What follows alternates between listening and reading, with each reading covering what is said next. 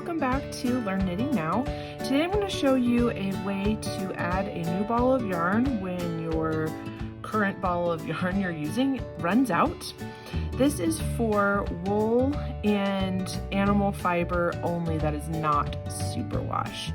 So I will get into why that's important in just a minute, but I'll show you what I'm using today is Wool of the Andes worsted weight.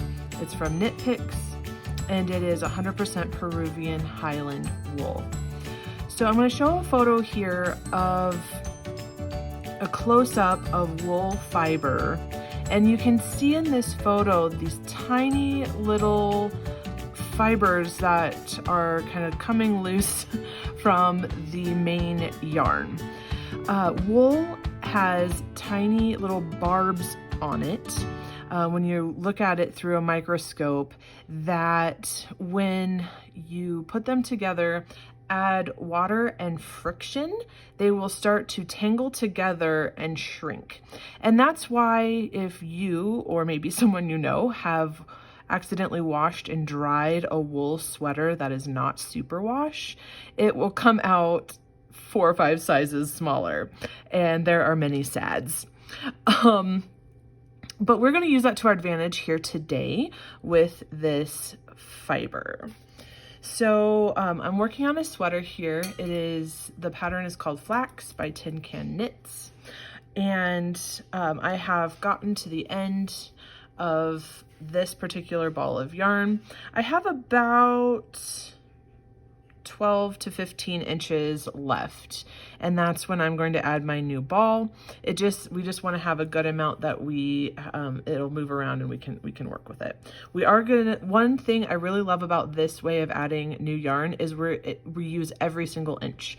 There is none that's wasted. So I have my end here.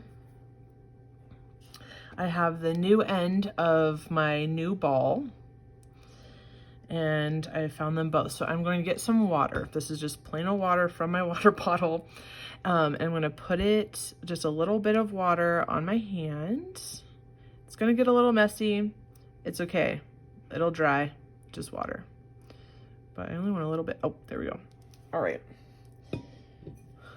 Some of this is going to fall into my sweater, and that's okay. I'm going to line up both ends in my water here, get both ends wet. Side note, I've been known to also use spit to do this. It's actually called spit splicing, but only on things that are for me or my family. I've never done this on anything I'm selling or giving to charity. I have used water, but I want to overlap the ends. You can see I have maybe 2 inches or so that I've overlapped. You can do a little bit more. We just want to make sure that it's got a good overlap. And then I'm just going to take the ends and create some friction in my palms and go back and forth for several seconds. And I'm going to make sure I still have the ends together here.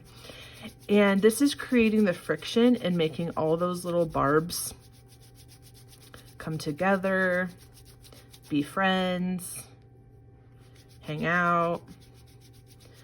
And I am basically kind of shrinking. Felting is the proper term. I'm felting these 2 pieces of yarn together.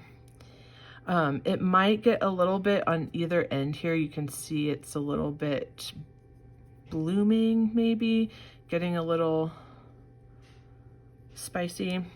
That's fine. You're not going to be able to see that in your final project.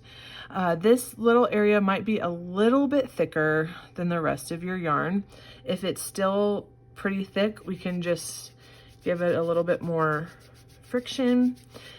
But because it is shrinking, just like your sweater in the dryer, the overall effect, you can see it's pretty, you can't even really tell there where the end is. I'm going to give each end a little bit of a tug to make sure it's nice and felted together.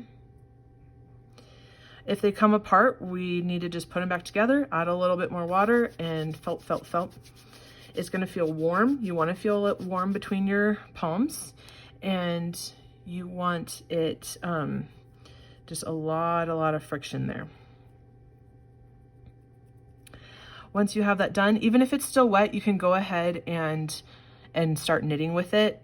It'll dry, it'll be fine. And there you have it. I've joined my new yarn and I have a new ball ready to go.